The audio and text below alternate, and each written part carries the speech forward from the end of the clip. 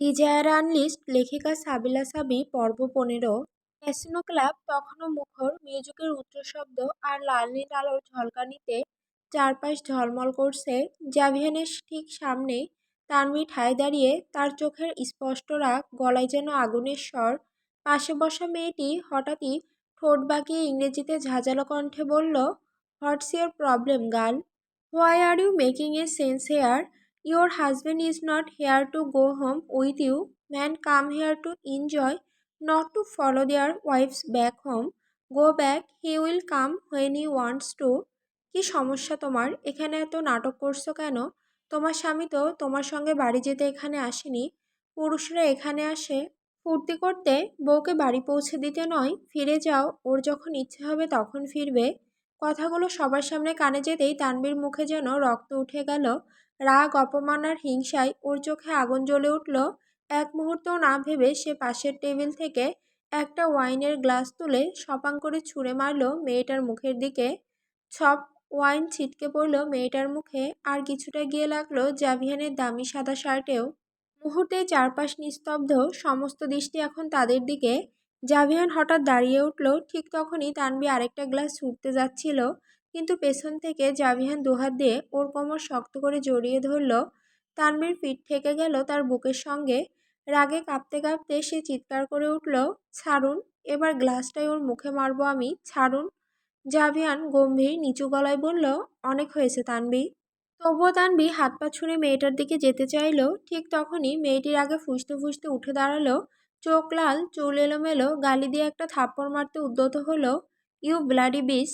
কথাটা শোনা মাত্রই জাভিয়ানের চেহারায় যেন আগুন নেমে এলো। সে তানভিকে ছেড়ে দিয়ে এক ঝটকায় মেয়েটার হাত চেপে ধরল, পেছন দিকে এমনভাবে মোচড় দিল যে মেয়েটি ব্যথায় কাতরিয়ে উঠল। জাভিয়ান বাঘের মতো গর্জে উঠল, how dare you call my wife a bitch! পুরো ক্লাব তখন পুরোপুরি নিস্তব্ধ। জাভিয়ানের চোখ আগুনের মতো লাল, আর কণ্ঠে ঝড়ের গর্জন। A cheap prostitute like you is not even worth a single penny to Javian Emilio Chowdhury. মেয়েটি চোখ নামিয়ে ভয়ে কেঁপে উঠল, আর তানভি সে নিঃশব্দে তাকিয়ে রইল জাভিয়ানের দিকে। যে মানুষটাকে সে এতকাল ভেবেছিল কেবলই ঠান্ডা নির্দয়, সেই মানুষ আজ নিজের হাতে আগুনের মতো গর্জে উঠে তার সম্মান রক্ষা করছে। ক্যাসিনো ক্লাব তখন থমথমে, সঙ্গীত বাজছিল বটে, কিন্তু সেই সুর যেন নিস্তব্ধতার চাদরে ঢাকা। জাভেনের চোখ তখনও রাগে লাল, আর তার সামনে দাঁড়িয়ে কাঁপছিল সেই মেয়েটি যে কয়েক মিনিট আগেও তানভিকে অপমান করার সাহস দেখিয়েছিল। ঠিক তখনই ক্লাবের ম্যানেজার দৌড়ে এসে উপস্থিত হলো। জাভিয়ান শীতল শান্ত কণ্ঠে আদেশ ছুড়ে দিল, get her out of here. Manager এক মুহূর্তও দেরি না করে হাতের ইশারায় দ্রুত ২-৩ জন মেয়ে কর্মচারী আর একজন বডিগার্ডকে ডাকলো। তারা সবাই মিলে মেয়েটিকে প্রায় টেনে হিঁচড়ে ক্লাবের বাইরে নিয়ে গেল। চারপাশে আবারও সঙ্গীত বেজে উঠল বটে, কিন্তু পরিবেশ আর আগের মতো হলো না। ক্লাবের প্রতিটি চোখ তখন তাকিয়ে রইল কিংবদন্তি মানুষটার দিকে, জাভিয়ান এমিলিও চৌধুরী। কাতারিনা পুরো দৃশ্যটা দেখছিল, তার চোখ বড় বড়, মুখ ফ্যাকাশে। সে ভালো মতোই টের পেল জাভিয়ানের রাগ কতটা ভয়ঙ্কর হতে পারে। তানভি কোনো কথা বলছিল না, সে চুপচাপ দাঁড়িয়েছিল। শুধু বুকের ভেতরটা হালকা কাঁপছিল। এই কাঁপুনি রাগের নাকি ভয়ের সে নিজেও বুঝতে পারছিল না। হঠাৎ জাভিয়ান হাত বাড়িয়ে ধরল, তার কণ্ঠে কোনো অনুরোধ ছিল না, ছিল শুধু স্থিরতা। Let's go Tanvi! তানভি আর কিছু জিজ্ঞেস না করে নীরবে জাভিয়ানের হাত ধরল। জাভিয়ানের বড় শক্ত হাতটা যেন পুরো ক্লাবের ভিড় থেকে ওকে টেনে তার একান্ত নিজস্ব জগতে নিয়ে এলো। তাদের পেছনে কাতারিনার চোখে অদ্ভুত এক ঝিলিক, রাগ, হিংসা আর কৌতূহলের এক মিশ্রণ নিয়ে সে ওদের পিছু নিল। বাইরে তখন রাতের হাওয়া বইছে, ক্যাসিনোর গেট নিয়ন আলোয় ঝলমল করছে। জাভিয়ান তানভিকে নিয়ে এসে গাড়ির পেছনে দরজা খুলল। সিট! তার কণ্ঠে কোনো প্রশ্ন ছিল না, ছিল এক নিঃশর্ত আদেশের ভার। তানভি চুপচাপ পেছনের সিটে বসে গেল। জাভিয়ানও তার পাশে আসন নিল। কাতারিনা ঠিক তখনই দরজা খুলে পেছনের সিটে তাদের পাশে বসতে যাচ্ছিল। হঠাৎ জাভিয়ান ঠান্ডা চোখে তার দিকে তাকিয়ে কঠোর স্বরে বলল, you sit in the front. এক মুহূর্তে কাতারিনার মুখের রং পাল্টে গেল, তার ভেতরে যেন আগুন জ্বলে উঠল। ড্রাইভারের পাশে বসতে হবে? এই প্রথম কেউ তাকে এভাবে প্রকাশ্যে অপমান করলো। তবু মুখে একটি কথা বলল না। কাতারিনা চুপচাপ পেছনের দরজা বন্ধ করে ড্রাইভারের পাশে সামনের সিটে বসলো। আর পেছনে তানভি জানালার দিকে তাকিয়েছিল, কিন্তু তার মুখে ছিল একটি ক্ষীণ হাসি। মনে মনে ভাবল, এইবার ঠিক হয়েছে। আসার সময় কাতারিনা তাকে যেভাবে অপমান করে সামনের সিটে বসতে বাধ্য করেছিল, আজ সেই অপমানের জবাবটা যেন প্রকৃতি নিজেই দিয়ে দিল। গাড়ি তখন ধীরে ধীরে ক্লাবের সামনে এসে বেরিয়ে পড়ল, আর রাতের অন্ধকারে মিলিয়ে গেল তিনটি অচেনা অনুভূতি। জাভিহানের রাগ, তানভীর প্রতিশোধের তৃপ্তি, আর এক অদ্ভুত নীরব ভালোবাসা। গাড়ি ততক্ষণে ক্যাসিনোর নিয়ন আলো পেছনে ফেলে রাতের অন্ধকারে ছুটছে। গাড়ির পেছনের সিটে জাভিয়ানের পাশে বসে আছে তানভি। জাভিয়ান তখনও রাগে ফুঁসছে, তার চেহারায় সেই উত্তাপ স্পষ্ট। নীরবতা ভেঙে তানভি হঠাৎ দ্বিধাগ্রস্ত স্বরে বলতে গেল, বলছিলাম যে। কিন্তু তার কথা শেষ করার আগে জাভিয়ান ভয়ঙ্করভাবে গর্জে উঠল। তার কণ্ঠস্বর গাড়িতে একটি ধাক্কার মতো শোনালো, শাট আপ, আর একটা কথাও বলবে না তুমি। তানভি চমকে উঠল। জাভিয়ান তার দিকে ঘুরে কঠিন দৃষ্টিতে তাকালো। তুমি কেন ক্লাবে এসেছো? এই ক্লাবের মানে তুমি জানো? এমন জায়গায় কেন এসেছো তুমি? তানভি ভয়ে ভয়ে উত্তর দিল, আমার কি দোষ? আপনার মা আর খালাই তো বললেন। আবারও জাভিয়ান তাকে মাঝপথে থামিয়ে দিল। তার কণ্ঠস্বরে কোনো দয়ামায়া ছিল না। শাট আপ, আর কোনো দিন কখনোই তুমি এরকম জায়গায় আসবে না। তানভি আর কোনো কথা বলল না। জাভিয়ানের এই তীব্র রাগের সামনে সে নিজেকে গুটিয়ে নিল। গাড়ির ভেতর তখন কেবল নিঃশ্বাসের শব্দ আর জাভিয়ানের চাপা ক্রোধের উষ্ণতা। কাতারিনার সামনে বসে নিঃশব্দে রিয়ারভিউ মিররে দুজনের দিকে তাকিয়ে রইল। জাভিয়ানের কঠিন ধমকের পর গাড়িতে কয়েক সেকেন্ডের জন্য নীরবতা বিরাজ করল, কিন্তু তানভি এবার আর চুপ রইল না। তার ভেতরের অভিমান আর রাগ মিশে এক জেদি স্বর বেরিয়ে এলো, আমি এসেছি বলেই দোষ? আর আপনি নিজেই যে এখানে প্রতিদিন আসেন, সেটা কি? হ্যাঁ, আর কত কত মেয়ের সঙ্গে বসে এখানে আড্ডা দেন, কত কি করেন। আপনি এনজয় করতে পারলে আমাকে কেন বাধা দিচ্ছেন? তানভীর সরাসরি পাল্টা প্রশ্নে জাভিয়ান হঠাৎ হাসল। সে হাসিটা তাচ্ছিলের, কিছুটা নির্মম। এখানে আসে প্রস্টিটিউটরা, তুমি কি তাই? জাভিয়ানের কণ্ঠ ছিল শীতল। তানভীর মুখের রক্ত উঠে গেল। এক লহমায় তার সমস্ত ভয় উধাও হলো। জাভিয়ানের চোখের দিকে তাকিয়ে সে স্পষ্ট উত্তর দিল, এখানে আসা মেয়েদের যদি আপনি প্রস্টিটিউট বলেন, তাহলে এখানে আসা ছেলেদের আমি লম্পট বলবো। গাড়ির ভেতরে মুহূর্তের জন্য যেন বাতাস জমে গেল। কাতারিনা সামনের সিটে বসেও স্পষ্ট শুনতে পেল তাদের এই বাকযুদ্ধ। জাভিয়ানের মুখের হাসিটা তৎক্ষণাৎ মিলিয়ে গেল। তানভীর এই অপ্রত্যাশিত সাহসিকতা যেন তাকে মুহূর্তের জন্য হতবাক করে দিল।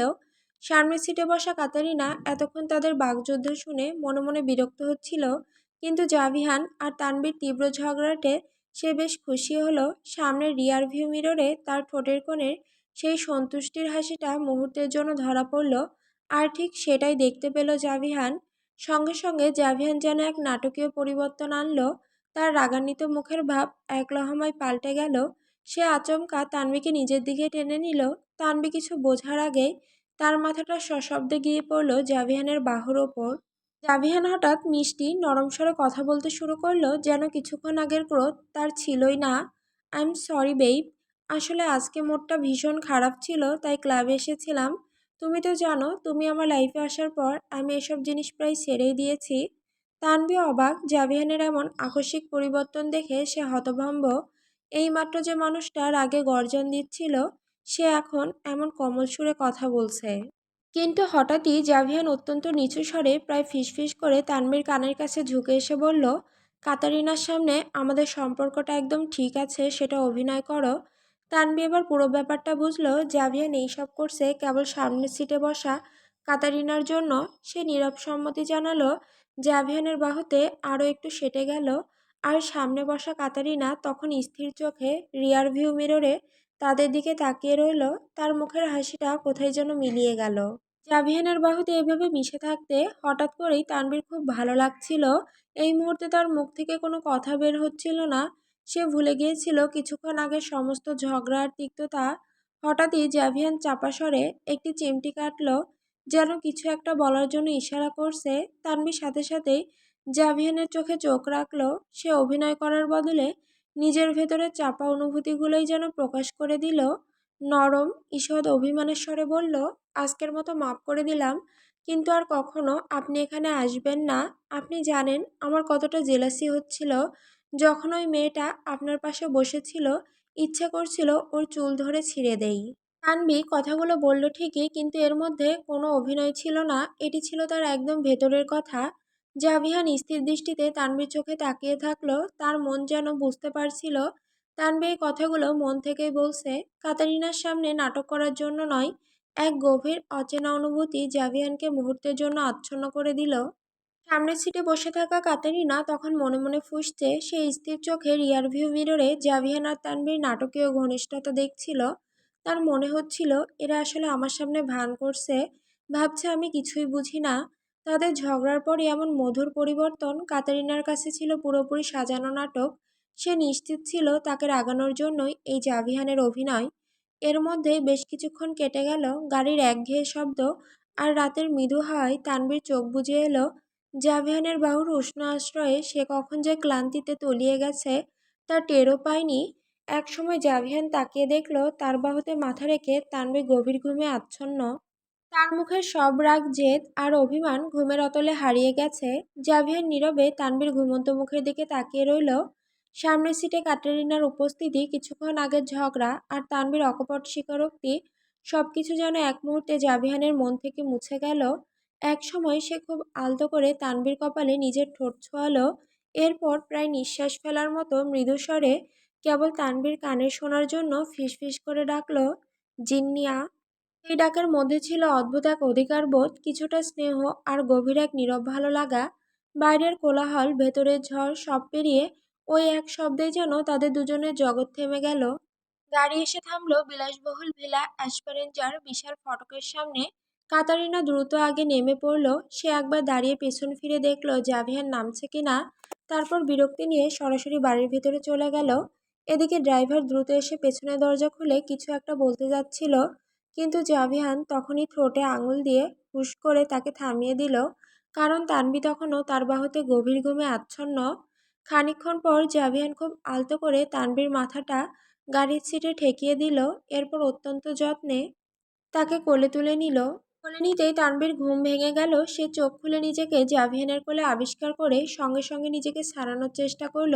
জাভিয়ান তখন বাড়ির দরজার প্রায় অর্ধেক পথে চলে এসেছিল। সে আলতো করে তানভীকে মাটিতে নামিয়ে দিল। তানভী নেমে দাঁড়ালো। তার চোখে তখন ঘুম জড়ানো বিরক্তি আর পুরনো রাগ। সে জাভিয়ানের দিকে তাকিয়ে কঠিন স্বরে বলল, আপনার ওই নোংরা হাতে আমাকে স্পর্শ করবেন না। ক্লাবের ওই খারাপ মেয়েদের ছোঁয়া আছে আপনার শরীরে। কথাটা বলেই তানভী দ্রুত পা চালিয়ে বাড়ির ভেতরে প্রবেশ করল। জাভিয়ান স্থির হয়ে দাঁড়িয়ে রইল। তার চোখে তখন রাজ্যের হতাশা আর নীরবতা।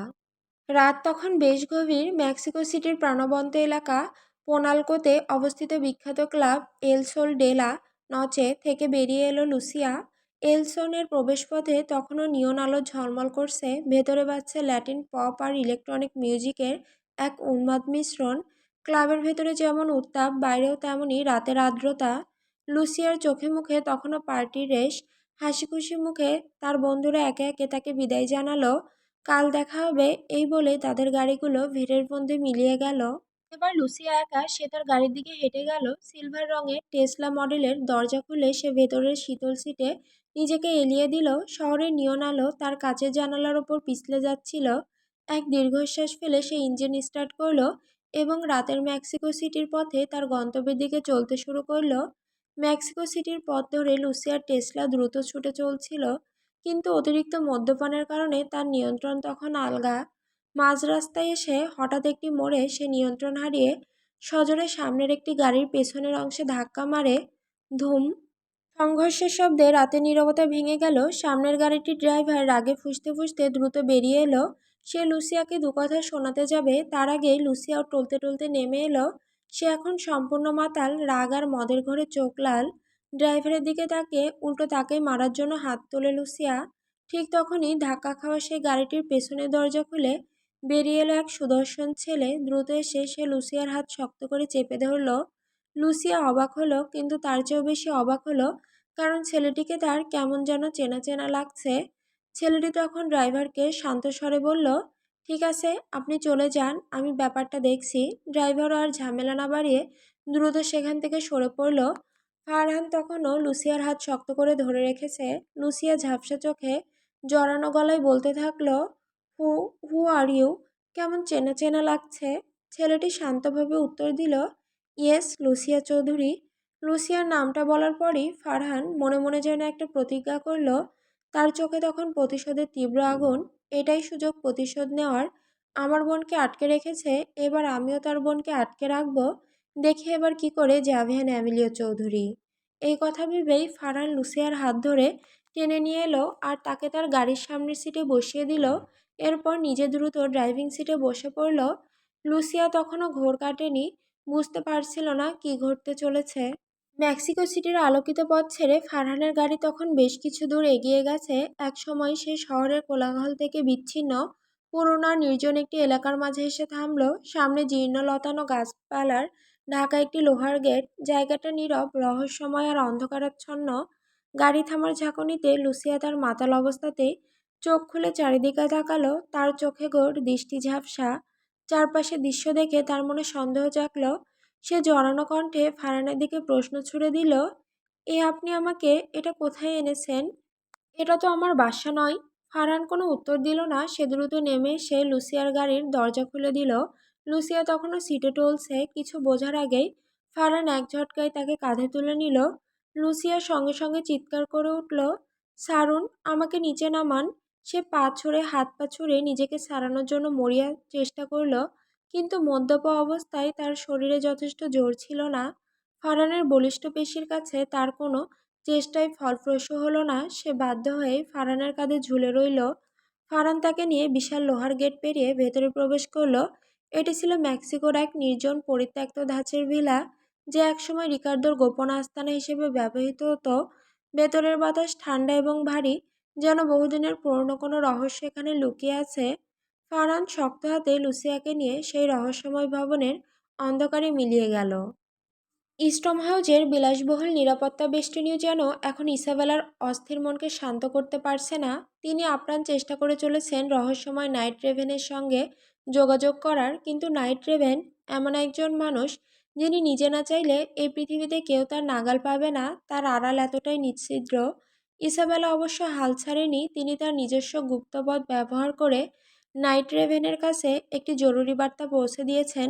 বার্তায় তিনি জানতে চেয়েছেন কেন নাইট রেভেন তার ছেলে মেইলস্টোমের ওপর এমন মারাত্মক হামলা করিয়েছেন। মেইলস্টোম কি এমন কোনো কাজ করেছে যার ফলস্বরূপ এই আক্রমণ? ইসাবেলা সেই বার্তার উত্তরের জন্য পাগল প্রায়। প্রতিটি মুহূর্ত কাটছে উদ্বেগ আর আশঙ্কায়। কখন সেই নীরব অদৃশ্য শক্তির কাছ থেকে একটি জবাব আসবে? কখন তিনি জানতে পারবেন তার ছেলের জীবনের ওপর নেমে আসা এই বিপদের পেছনের আসল কারণ? নাইট রেভেনের নীরবতা ইসাবেলাকে ক্রমশ এক কঠিন মানসিক চাপে ঠেলে দিচ্ছে। পরের দিন সকাল। ভিলা অ্যাসপেরেঞ্জার সকালের আলো সবেমাত্র জানালার কাচ ভেদ করে ঢুকছে। জাভিয়ান কোনো কথা না বলে তানভীকে বাড়ির একটি অচেনা তালাবদ্ধ কক্ষের দিকে নিয়ে গেল। তানভী অবাক হয়ে জাভিয়ানের পিছু নিল। কক্ষে দরজা খুলে জাভিয়ান ভেতরে প্রবেশ করলো। তানভীও তাকে অনুসরণ করলো। কক্ষটি ছিল শীতল এবং প্রযুক্তি নির্ভর। সেখানে কোনো আসবাবপত্র নেই, শুধু একটি দেয়াল জুড়ে বসানো বিশাল একটি সিসিটিভি স্ক্রিন। জাভিয়ান একটি বোতাম চাপতেই স্ক্রিনটি সচল হয়ে উঠল। স্ক্রিনে ভেসে উঠল সুদূর বাংলাদেশের একটি পরিচিত দৃশ্য। তানভীর বুকটা কেঁপে উঠল। পরিষ্কার ফুটেজে দেখা যাচ্ছে তাদের বাড়ির ভেতরের দৃশ্য। তানভীর বাবা সেখানে হুইল চেয়ারে বসে আছেন, তার মুখ শান্ত, হাতে একটি সংবাদপত্র। তার পাশেই রান্নাঘরে ব্যস্ত হাতে কাজ করছেন তানভীর মা। মায়ের মুখে কোনো ক্লান্তি নেই, যেন সবকিছু স্বাভাবিক। তানভীর নিঃশব্দে সেদিকে তাকিয়ে রইল। জাভিয়ান কোনো কথা বলল না, শুধু তানভীর বাবা মায়ের প্রতি মুহূর্তে নজর রাখা হচ্ছে, এই কঠিন সত্যিটা জাভিয়ান এমন নীরব উপায়ে তানভীর সামনে তুলে ধরল। সেই বিশাল স্ক্রিনে তার বাবা মায়ের জীবন যেন এক মুহূর্তের জন্য থেমে গেল। বিশাল স্ক্রিনে বাবা মাকে দেখতে পেয়ে তানভী আবেগে আপ্লুত হয়ে পড়েছিল। হুইল চেয়ারে বসা বাবার স্থিরতা আর মায়ের স্বাভাবিক ব্যস্ততা দেখে তার মন কিছুটা শান্তি পেল, কিন্তু সেই শান্তি বেশিক্ষণ স্থায়ী হলো না। হঠাৎই তার মনে পড়ল আর একজনের অভাব। আবেগ সামলে নিয়ে সে অস্থিরভাবে জাভিয়ানকে জিজ্ঞেস করল, মা আর বাবা আছে, কিন্তু আমার এলিনা আপাকে কেন দেখাচ্ছে না? সে কোথায়? জাভিয়ান নির্লিপ্তভাবে উত্তর দিল, আমি কি করে জানবো তোমার বোন কোথায়? হয়তো বাইরে গিয়েছে। জাভিয়ানের এই সহজ উত্তরেও তানভীর মন শান্ত হলো না, বরং তার অস্থিরতা যেন আরও বেড়ে গেল। এলিনা সাধারণত এত ভোরে বা এত দীর্ঘ সময়ের জন্য বাইরে থাকে না। জাভিয়ানের নির্বিকার কণ্ঠস্বর তার ভেতরের আশঙ্কাকে আরও গভীর করে তুলল। তানভীর মনে হলো কিছু একটা ঠিক নেই। এই ঘরের ঠান্ডা পরিবেশ আর জাভিয়ানের শীতল দৃষ্টি যেন কোনো এক কঠিন সত্য গোপন করছে। বিকেল গড়িয়ে সন্ধ্যা নামছে, জাভিয়ানের বিলাসবহুল ভিলা অ্যাসপারেনজা আজ বেশ প্রাণবন্ত।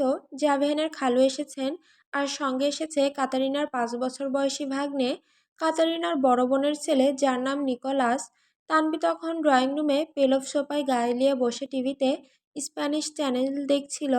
হঠাৎই তার চোখ গেল ছোট্ট নিকোলাসের দিকে। ছেলেটি ফ্লোরে বসে একটি বড় প্যাকেট নিয়ে খেলা করছে।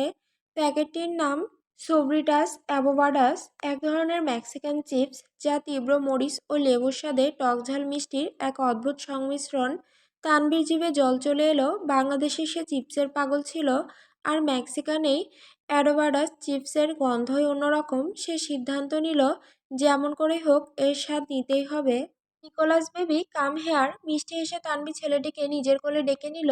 নিকোলাস স্মরণ মনে তার কোলে উঠে বসতেই তানভি আদর করার ভান করে বলল, মাই প্রিন্স, তুমি এত মজার জিনিস খাচ্ছ, আমাকে একটা টেস্ট করতে দেবে? বাচ্চাটি এক টুকরো চিপস বের করে তানভির মুখের কাছে ধরতেই তানভি সেটা খেয়ে ফেলল। তার মুখটা সঙ্গে সঙ্গে সুখে ভরে গেল। উফ, কি দারুণ স্বাদ! এই টকঝাল মশলার লোভ সে আর সামলাতে পারল না। এবার তানভি তার সোসা স্বভাবের পূর্ণ ব্যবহার করল। সে এমন ভাব করলো যেন নিকোলাসের গল্প শুনতে সে খুব ব্যস্ত। অন্যদিকে তার দুহাত দ্রুত প্যাকেটের ভেতর ঢুকে গেল। কথা বলতে বলতে সে প্রায় অর্ধেকেরও বেশি চিপস নিজের হাতে নিয়ে নিল এবং দ্রুত মুখে পুরে খেতে লাগলো। তার চোখ তখন নিকোলাসের দিকে নয়, চিপসের দিকে। কিন্তু যখন প্যাকেটের তলানি দেখা গেল তখন নিকোলাসের হুঁশ হলো। সে দেখলো তার প্রিয় চিপসের প্যাকেট প্রায় ফাঁকা। সঙ্গে সঙ্গে তার মুখটা বিকৃত হলো এবং সে হাউমাউ করে কেঁদে দিল। তানভি তখন মহাবিপদে। তার মুখে তখনও গালের ভেতরে চিপসের ডেলা। দ্রুত সে মুখের ভেতরে সব চিপস বের করে কোনো মতে প্যাকেটের মধ্যে ভরে দিল, এক বিন্দু নষ্ট করল না। তারপর তার নরম ছোট্ট মুখে হাত চেপে ধরে ফিসফিস করে বলল, চুপ, একদম চুপ নিকোলাস, কাঁদতে নেই। আমি তোমাকে 2টা নতুন প্যাকেট কিনে দেব, প্রমিস। কেউ যেন না জানে। ভয়ে আর লজ্জায় তার চোখগুলো বড় বড় হয়ে গিয়েছিল, কারণ জাভিয়ানের বাড়ির কারো সামনে এমন চিপ চুরির ঘটনা ফাঁস হোক সে চাইছিল না।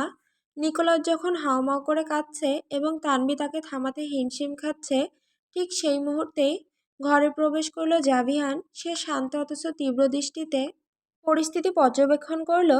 কি হয়েছে মামা? জাভিয়ান সরাসরি নিকোলাসের দিকে তাকিয়ে ইংরেজিতে জিজ্ঞেস করলো। যেহেতু বাচ্চাটি মেক্সিকান তাই জাভিয়ান তার সঙ্গে ইংরেজিতে কথা বলল।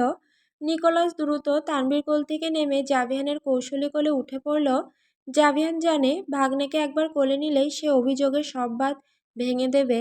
বাচ্চাটি কিছু বলার আগেই তানভি দ্রুত মুখ খুলল। তার চোখে তখনও চিপ চুরির ভয়। সে এক মুহূর্তে সম্পূর্ণ ভিন্ন একটি গল্প ফেঁদে বসল। ও আসলে কাঁদছে কারণ ও আমাকে ওর সঙ্গে খেলতে বলছিল, তাই আমি বলেছি আসো একসঙ্গে টিভি দেখি, কিন্তু ও খেলবে তাই রেগে গিয়ে কাঁদছে।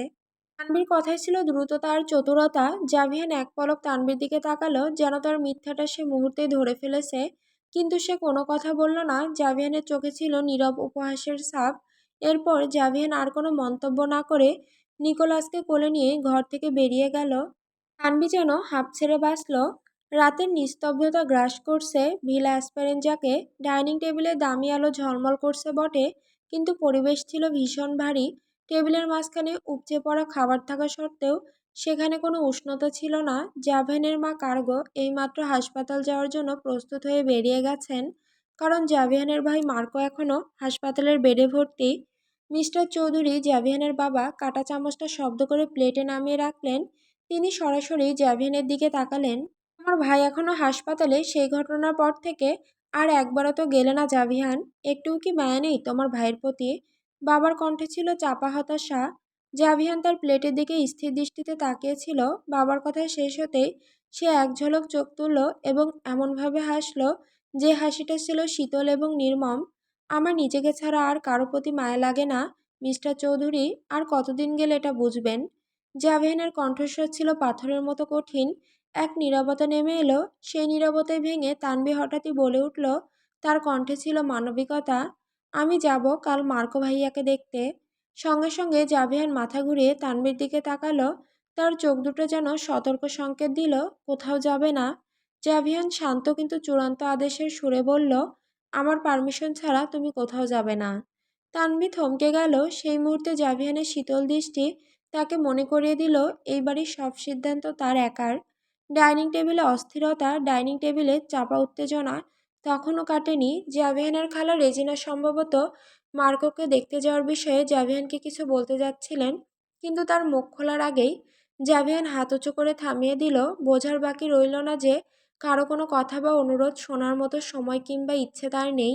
এই থমথমে পরিবেশে হঠাৎ কাতারিনা প্রশ্ন ছুড়ে দিল। তার কণ্ঠে ছিল উদ্বেগ, কিন্তু তার চোখ জাভিয়ানের দিকে স্থির। লুসিয়া কোথায়? এত রাত হলো, এখনো বাড়ি আসছে না কেন? কাতারিনার প্রশ্ন শুনে জাভিয়ানের বাবা হতাশভাবে একটি দীর্ঘশ্বাস ফেললেন। এই প্রজন্মের ওপর তার বিরক্তি যেন আর চাপা রইল না।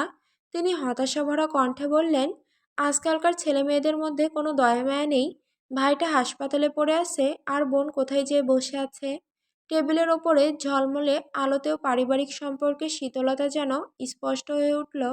জাভিয়ান এই সব কথার কোনো উত্তর না দিয়ে স্থির দৃষ্টিতে তার খাবার দেখছিল। ডিনারের পর সেই চাপা উত্তেজনাপূর্ণ পরিবেশ থেকে মুক্তি পেয়ে তানভি দ্রুত নিজের রুমে চলে এলো। রুমে ঢুকে সে আলমারিটা খুলল রাতের পোশাক বের করার জন্য, কিন্তু আলমারি দরজা খোলার সঙ্গে সঙ্গেই এক অভাবনীয় ঘটনা ঘটল। ঝরঝর করে চিপসের বৃষ্টি শুরু হলো। তানভীর চোখ কপালে। পুরো আলমারির ভেতরটা আর মেঝের একটা অংশ ভরে গেল সেই চিপসে। একটানা প্যাকেটের পর প্যাকেট সোভরিটাস অ্যাডোভাডাস, সেই চিপস যেটা সে সন্ধ্যায় নিকোলাসকে কাঁদিয়ে প্রায় চুরি করে খেয়েছিল। তানভীর বুঝতে আর বাকি রইল না এই কাজ জাভিয়ানের। তার মানে জাভিয়ান শুধু নিকোলাসের কান্না শুনেই বেরিয়ে যায়নি, সে সব কিছু দেখেছিল। তার চিপসের প্রতি লোভ, চুরির মতো করে সেগুলো দ্রুত হাতে নেওয়া, আর তারপর নিকোলাসকে মিথ্যা বলে ধমকে থামানো। এক মুহূর্তের মধ্যেই জাভিয়ান তার সমস্ত ভণ্ডামি দেখে ফেলেছে এবং তাকে হাতে নাতে ধরে ফেলেছে। জাভিয়ান তাকে প্রমাণ করে দিল সে ছোট একটা বাচ্চার জিনিস কিভাবে লোভের বশে হাতানোর চেষ্টা করেছে। লজ্জায়, অপমানে এবং জাভিয়ানের কাছে এমন নোংরাভাবে ধরা পড়ার যন্ত্রণায় তানভীর ঠোঁটের কোণের হাসিটা পুরোপুরি মুছে গেল। সে সোজা আলমারির সামনে হাঁটু গেড়ে বসে পড়ল। নিজের ভাগ্যের দিকে নয়, নিজের তুচ্ছ কৃতকর্মের দিকে তাকিয়ে সে সত্যি সত্যি কেঁদে ফেলল। এই কান্নাটা ছিল নিজের প্রতি ধিক্কারের। এই দামি ভিলা অ্যাসপারেঞ্জায় জাভিয়ানের মতো মানুষের সামনে সে এমনভাবে সামান্য চিপসের জন্য লোভী সেজে ধরা পড়ল। তানভি কাঁদতে কাঁদতে চিপসগুলো দুহাতে সরিয়ে দিতে লাগলো। জাভিয়ান তাকে যেন এই চিপসগুলো দিয়ে বুঝিয়ে দিল সে তার সমস্ত দুর্বলতা এবং ছেলেমানুষি এমন সহজে আবিষ্কার করে ফেলেছে, আর এই মুহূর্তেই সে সম্পূর্ণরূপে জাভিয়ানের হাতের মুঠোয়।